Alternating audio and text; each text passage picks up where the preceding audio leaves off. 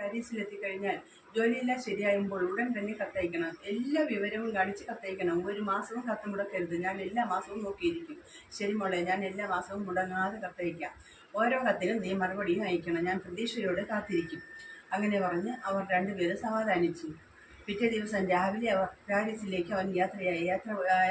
അവനെ യാത്രയാക്കിയിട്ട് ഉടൻ തന്നെ അവർ വീട്ടിൽ മടങ്ങിയെത്തി. അവരുടെ കാര്യം ഓർക്കുമ്പോൾ നോക്കണേ, വിഷമമാണ്. കാരണം അവരുടെ രഹസ്യമായ പ്രേമം രണ്ടുപേരും പരസ്പരം അറിഞ്ഞു കഴിഞ്ഞപ്പോൾ ഇതാ ജോലിക്കായി ദൂരേക്ക് പിരിഞ്ഞു പോകുന്നു. അവരുടെ കാര്യം ഓർക്കുമ്പോൾ വളരെ കഷ്ടമാണ്. ഈ പ്രേമത്തിൻ്റെ കാര്യം പറയുമ്പോൾ എനിക്ക് മറ്റൊരു കാര്യം ഓർമ്മ വരികയാണ്. എൻ്റെ വീട്ടിനടുത്തുള്ള ഒരു ചെറുക്കനും അല്പ അകലെമാർ താമസിക്കുന്ന ഒരു പെണ്ണുമായിട്ട് ഭയങ്കര പ്രേമത്തിലായിരുന്നു.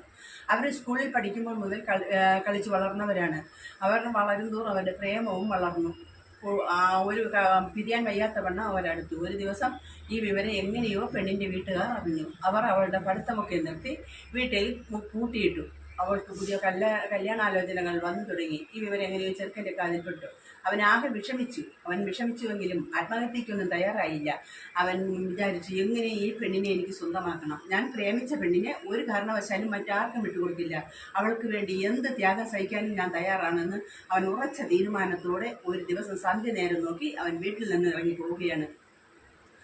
ഒരു ദിവസം സന്ധ്യ നേരം നിന്റെ വീട്ടുബാക്കിലെ വളക്കുഴിക്കകത്തു ഞാൻ പതുങ്ങി വന്നിരിക്കവേ, നിന്റെ തള്ള ചീഞ്ഞ മീനറുത്തു കഴുകി വെച്ചൊര നാറിടുന്ന വെള്ളം എൻ്റെ തലവഴിക്കൊഴിച്ചതും, മീൻ മണത്തു വന്ന നിന്റെ പട്ടി എൻ്റെ ഷർട്ടിനെ മുണ്ടിനെ കടിച്ചു നഗ്നനാക്കി വിട്ടതും, ആ സമയം രാത്രി നിന്റെ റൂമിലുള്ള ജന്നലിൽ ക്രാസറുത്തു ഞാനകത്തു കയറുവാൻ ശ്രമിച്ചതും, ഉഗ്രനായ നിന്റെ ഫാദർ കൊണ്ടുവന്നതും, കുറുവടിക്ക് മുതുകു നോക്കി പടപടാന്നടിച്ചതും, 2 മാസം ആയുർവേദ കോളേജിൽ കഴിഞ്ഞതും നിനക്കു വേണ്ടി മാത്രമാണ് ഞാൻ സഹിച്ചതോമലേ.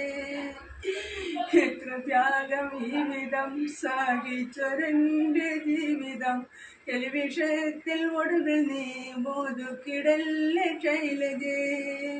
നോക്കണേ, ഒരു ചെറുപ്പക്കാരൻ താൻ സ്നേഹിച്ച പെണ്ണിനു വേണ്ടി അനുഭവിച്ച ത്യാഗം. എന്നാൽ നമ്മുടെ കഥാനായികയ്ക്കും നായകനും ഇത്ര ത്യാഗമൊന്നും അനുഭവിക്കേണ്ടി വന്നില്ല എന്നുള്ളത് തന്നെ മഹാഭാഗ്യം തന്നെ. കാരണം അവരുടെ പ്രേമം രഹസ്യമായിരുന്നല്ലോ. വർഷങ്ങളോളം രഹസ്യമായി സൂക്ഷിച്ച പ്രേമം പുറത്ത് രണ്ടുപേരും പരസ്പരം അറിഞ്ഞു കഴിഞ്ഞപ്പോൾ അവർക്ക് പ്രേമിച്ച് നടക്കുവാനോ ആ പ്രേമം മുന്നോട്ട് കൊണ്ടുപോകാനോ സാധിക്കാതെ ഇതാ പാരീസിലേക്ക് അവനെ യാത്രയാക്കിയ ഉടൻ തന്നെ അവർ വീട്ടിലേക്ക് മടങ്ങി.